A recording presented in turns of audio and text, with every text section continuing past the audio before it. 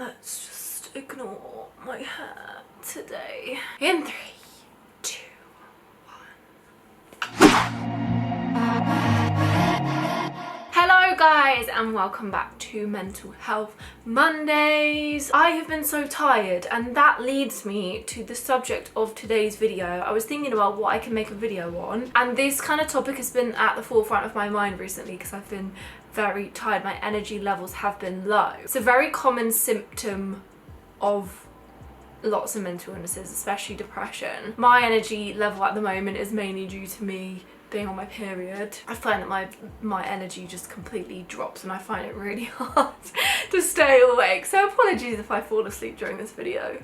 Lol, I'm joking. Or am I? I feel like over the years this is something I've really struggled with. I'm definitely a lot better now, but my energy levels still do kind of peak and trough, and I still don't feel like I'm at the bottom of it medically, but I do have some tips of things that I've learned along the way. Energy and mental health is one big cycle. So you get depressed, your energy levels drop, you don't want to do stuff, and then as a result of this you get even more depressed and you get even more tired because you're not doing that stuff. And it's annoying because the things that help with your depression, i.e. exercising, going for a walk, just getting up and generally doing stuff, don't seem achievable when your energy levels are low. And these I find are difficult territory because sometimes they can drain you further. Like, I really like going to the gym in the morning, but sometimes I feel like, especially today, like I got up and I had the most productive Monday morning. I went to the gym, had a PT session, did my food shop, walked my dog, and then I sat down to do my work and I was like, oh my goodness, I'm exhausted, and it's like 10 o'clock. So I don't know, people that claim that the gym gives them more energy,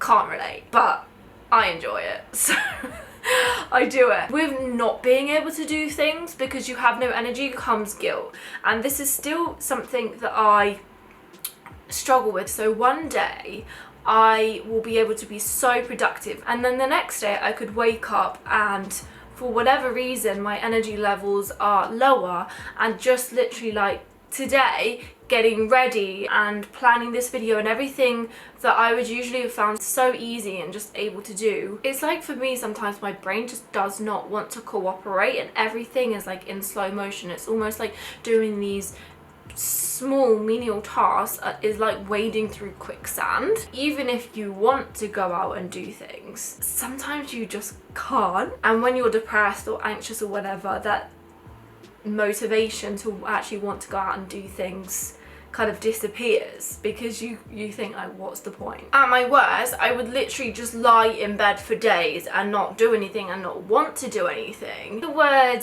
lazy gets thrown around in these situations, but one thing I have learned to remember is that you're not lazy. It's a symptom of your illness. I think when you're unwell mentally, a lot of your energy goes into kind of usually negative overthinking, so sometimes your body just doesn't have energy for anything else. It's really hard to know almost where to start with this because it seems really overwhelming, and I'm still learning. A lot of the time I think, oh, I've cracked it when I discover something new, and then the overwhelming exhaustion comes back and I'm like, okay, maybe we haven't cracked it, but it's definitely improved.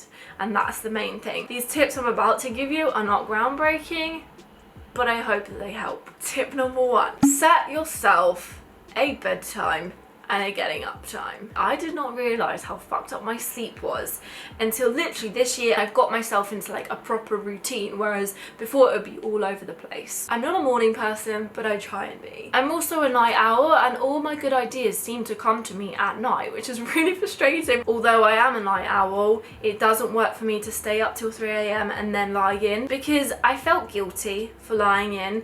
I wasn't as productive and it just set me in an anxious headspace for the whole day. So now I will start winding down sooner in the evening. I'm usually in bed at like 10. Then I try and wake up around 7:30 to 8 o'clock. I always put off having like a set bedtime and a set waking up time in the past because having a set waking up time made me anxious because I would think, oh, what if I'm not able to wake up at that time?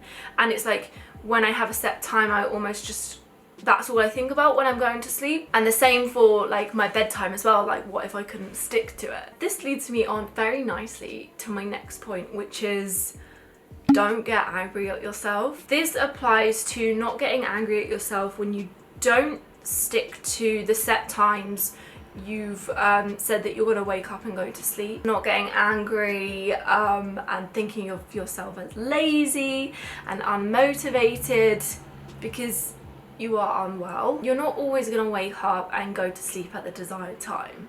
Like, if you did, life would be pretty boring. I'm not going to feel guilty for staying up and having a conversation with one of my friends until 2 a.m, which I really enjoyed.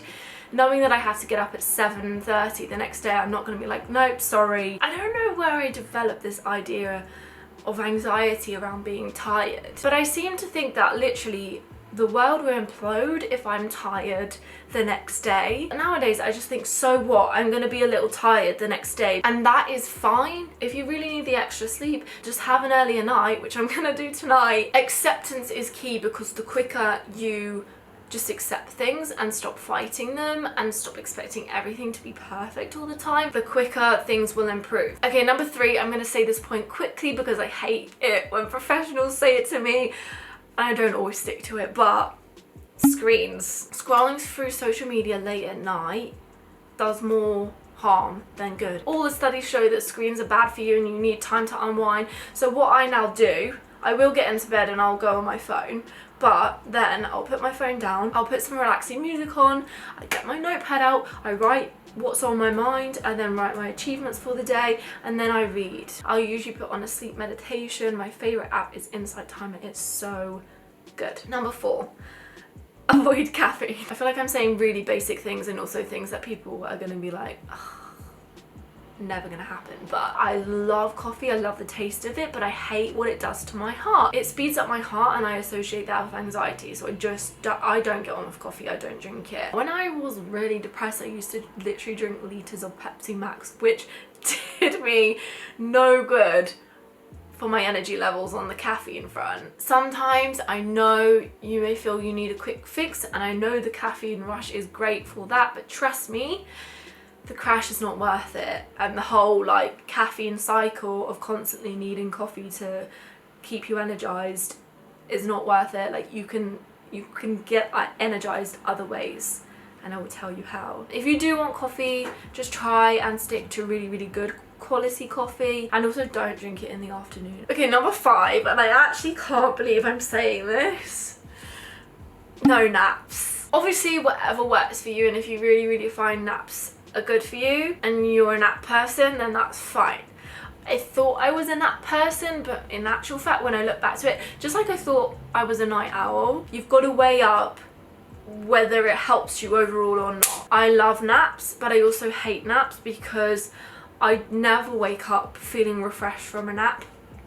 I always sleep longer than I set out to do, which then means that I then wake up feeling guilty and feeling like I've missed out on so much that I could be doing. I have an early night instead of napping. Number 6 is exercise, but I'm not just gonna say exercise, I'm gonna say find the exercise that works for you. And I can't stress this enough, because getting up and doing any form of exercise when you're depressed is a lot. So finding something that you actually enjoy doing. I used to literally go to the gym because that's what everyone was doing and that's what everyone told me was good for me, and not for enjoyment. And it wasn't until I discovered that I really like things like yoga and running, and I do really enjoy the gym. I now go in with a different attitude, but yeah, yoga and running are actually the things that bring me joy, and like walking my dog. So find whatever you do that you're gonna actually be motivated to do, because you don't want to be doing exercise just to tick off the yeah, I exercised today on your checklist of how to beat depression. Like, it has to be more than that. Number 7 is to try and eat as well as you can. Obviously, I know this is very, very difficult when you are in the depths of depression, especially if you live by yourself. Obviously, I can sit here and tell you that, like, yeah, eating well is gonna improve your mood, but equally I know that when you're depressed you don't give a shit. But what I found helps me is meal prepping. So I'll meal prep when I feel able to. Usually this is on a Sunday, but sometimes even on a Sunday I can't, so I'll just do it in the week when I am on a day that I have more energy. And honestly, meal prepping has changed my life, because before, when I would have no energy to make lunch, I just wouldn't eat lunch. Find recipes that you can learn and that you can just do on autopilot without actually having to think about it. And if you can't do this, then there are so many amazing like ready meals out there that you can buy. There are food subscription services. There's even literally meal prep people that will ship you your meals to put in the fridge. The last tip I'm going to give you is vitamin B. So it wasn't till recently that I started taking a vitamin B complex. This is the one I take. It's literally just from Amazon, and I think it has, anyway, B12 is like the main one, and oh, it has loads of B vitamins, B6, and this one actually also has vitamin C in it. Vitamin B12 in specific helps with brain function. Obviously, deficiencies in any vitamins or minerals can cause like low energy. Also, iron is another one that I've found I've needed to take in the past. Everyone raves about Spartone, the liquid iron. I have it, but it doesn't touch me. And the thing is with vitamin B, oh my goodness, the first week that I took it, I cannot even tell you how great I felt. I was like, yes, I found the solution. And then my body does what it does with any kind of medication. It just like stopped having the same effects. I think it's because I had such an extreme like, wow, this is amazing, like my mood improved, like everything was great. I still take it twice a day, and I feel like on the whole it generally does keep my energy levels okay. It's not a miracle cure, but it's definitely worth trying. And also I need to go and get my bloods checked as well, because that's another really good thing to do. Then they can tell you whether your tiredness is as a result of, you know, low iron or your thyroid. So I really hope this video helped. Give this a thumbs up if you did like it. Comment below if your mental illness has ever affected your energy levels, if you feel like you can relate to this. I will see you in my next video. Until then, goodbye.